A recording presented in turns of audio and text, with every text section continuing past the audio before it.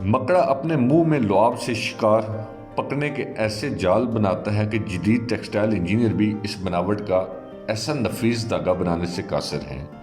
گھریلو چیونٹیاں گرمیوں میں موسم سرما کے لیے خوراک جمع کرتی ہیں، اپنے بچوں کے لیے گھر بناتی ہیں، ایک ایسی تنظیم سے رہتی ہیں جہاں مینجمنٹ کے تمام اصول حیران کن حد تک کار فرما ہیں۔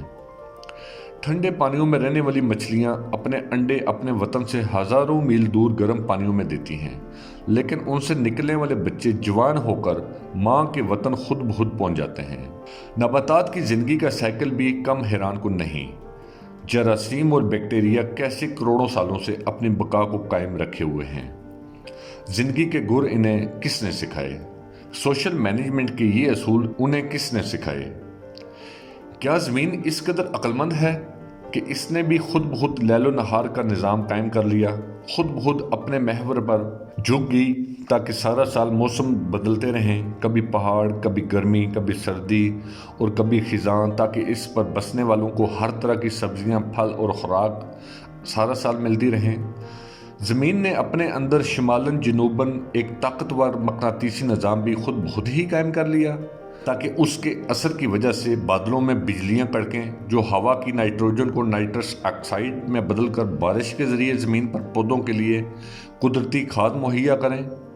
سمندروں پر چلنے والی بحری جہاز، آبدوز اور ہواؤں میں اڑنے والے طیارے اس مقناطیس کی مدد سے اپنا راستہ پائیں۔ آسمانوں سے آنے والی مہلک شعاعیں اس مقناطیسیت سے ٹکرا کر واپس پلٹ جائیں تاکہ زمینی مخلوق اس کے مہلک اثرات سے محفوظ رہیں اور زندگی جاری رہے۔ زمین، سورج، ہواؤں، پہاڑوں اور میدانوں نے مل کر سمندر کے ساتھ سمجھوتا کر رکھا ہے تاکہ سورج کی گرمی سے آبی بخارات اٹھیں، ہواؤں اربوں ٹن پانی کو اپنے دوش پر اٹھا کر پہاڑوں اور میدانوں تک لائیں، ستاروں سے آنے والے ریڈیائی ذرے بادلوں میں موجود پانی کو اکٹھا کر کے قطروں کی شکل دے اور پھر یہ پانی میٹھا بن کر خشک میدانوں کو سیراب کرنے کے لیے برسے۔ جب سردیوں میں پانی کی کم ضرورت ہوتی ہے تو یہ پہاڑوں پر برف کے ذخیرے کی صورت میں جمع ہو جاتا ہے۔ گرمیوں میں جب زیادہ پانی کی ضرورت ہوتی ہے تو یہ پگھل کر ندی نالوں اور دریاؤں کی صورت میں میدانوں کو سیراب کرتے ہوئے واپس سمندر تک پہنچ جاتا ہے۔ ایک ایسا شاندار متوازن نظام جو سب کو سیراب کرتا ہے اور کچھ بھی ضائع نہیں ہوتا۔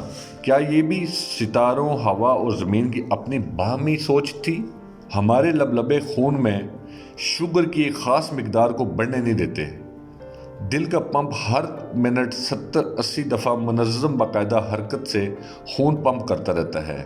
ایک 75 سالہ زندگی میں بلا مرمت تقریباً 3 ارب بار دھڑکتا ہے۔ ہمارے گردے صفائی کی ایک بے مثل اور عجیب فیکٹری ہیں جو جانتی ہے کہ خون میں جسم کے لیے جو مفید ہے وہ رکھ لیتا ہے اور جو فضلات ہیں ان کو باہر پھینک دیتا ہے۔ معدہ ایک حیران کن کیمیکل کمپلیکس ہے جو خوراک سے زندگی بخش اجزاء مثلاً پروٹین، کاربوہائیڈریٹس وغیرہ کو علیحدہ کر کے خون کے حوالے کر دیتا ہے اور فضلات کو باہر نکال دیتا ہے۔ انسانی جسم میں انجینئرنگ کے یہ شاہکار انسان کے لیے بے مثال نمونے، چھوٹے سے پیٹ میں ایک لاجواب فیکٹریاں، کیا یہ سب کچھ یوں ہی بن گئے ہیں؟